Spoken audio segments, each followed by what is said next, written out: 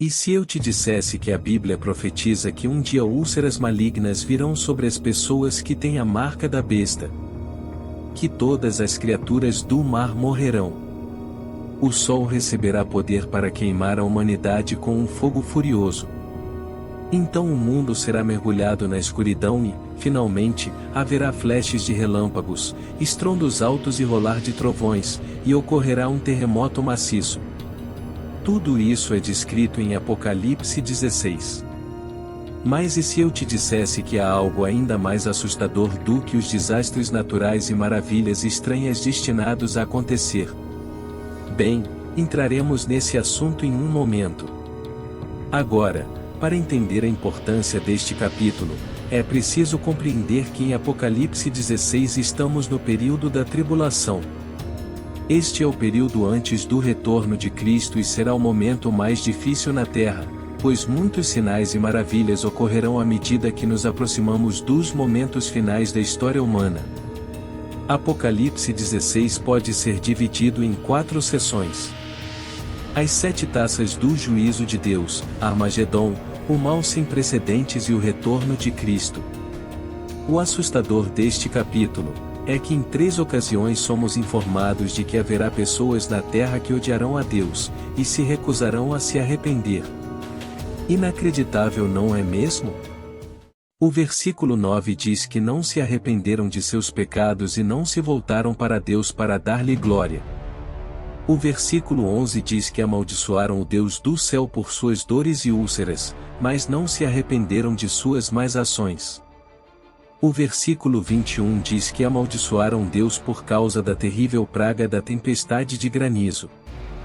Durante este período, o mundo estará sob a influência maligna de 3 grandes personagens: o diabo, o anticristo e o falso profeta. O mal terá agarrado tantos corações que muitas pessoas se recusarão a se arrepender. A Bíblia nos diz que haverá uma grande apostasia, com cristãos que antes professavam a fé em Cristo e se afastarão. Alguns cristãos cederão ao medo e à pressão da sociedade, aceitarão a marca da besta e evitarão a perseguição. Outros escolherão o conforto em vez do sofrimento pela causa de Cristo. Acredito que a aparição do anticristo e sua ascensão ao poder mundial despertarão um mal incrível nos corações de muitas pessoas. Durante essa tribulação, haverá aqueles que, mesmo conhecendo a verdade, escolherão rejeitar a Deus.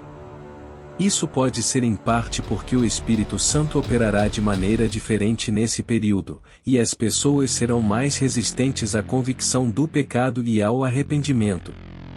Após a ocorrência de 7 julgamentos, descritos como taças da ira de Deus, que incluem feridas dolorosas, a morte de criaturas marinhas, água se transformando em sangue, queimaduras solares intensas, escuridão, secamento do rio Eufrates e um terremoto mundial, as pessoas ainda amaldiçoarão a Deus. Isso é impressionante e destaca a dureza dos corações durante esse tempo. Não podemos falar de Apocalipse 16 sem mencionar o Armagedon, onde poderes demoníacas reunirão os exércitos para a batalha final.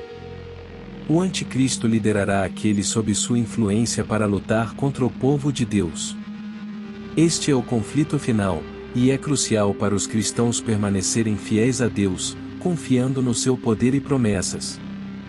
Portanto, a pergunta para nós hoje é: se Jesus voltasse agora, você estaria pronto? Você poderia dizer que seu coração está firmemente voltado para Cristo? Se o anticristo fosse revelado hoje, que tipo de cristão você seria? Será que você tomaria a marca para evitar perseguição e buscar uma vida confortável, ou estaria disposto a sofrer por Cristo? O tempo está passando, e cada dia que você acorda está mais próximo do encontro com o Senhor.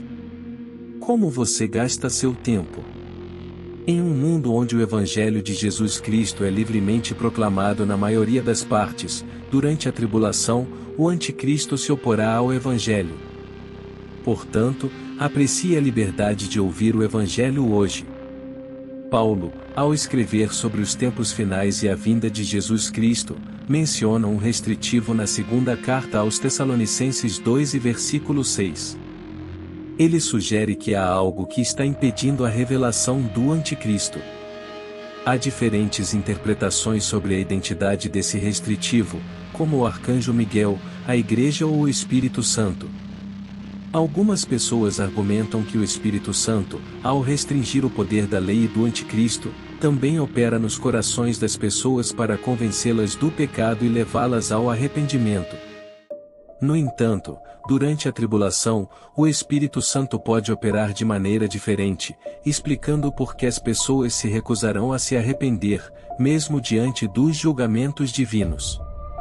O texto descreve as 7 taças da ira de Deus, cada uma com eventos catastróficos, incluindo úlceras, morte no mar, transformação da água em sangue, queimaduras solares, escuridão, secagem do rio Eufrates e um terremoto global. Após todas essas catástrofes, as pessoas ainda amaldiçoarão a Deus por causa da terrível praga de granizo. O Armagedon é mencionado em Apocalipse 16 e versículo 16, onde espíritos demoníacos reúnem os exércitos para a batalha final. O Anticristo liderará seus seguidores contra os fiéis de Deus. É uma guerra crucial, e os cristãos precisarão permanecer fiéis e confiar no poder e nas promessas de Deus. O apelo final é para que cada pessoa examine a si mesma. Você está realmente vivendo para Jesus Cristo? Você está preparado para os tempos difíceis que podem vir?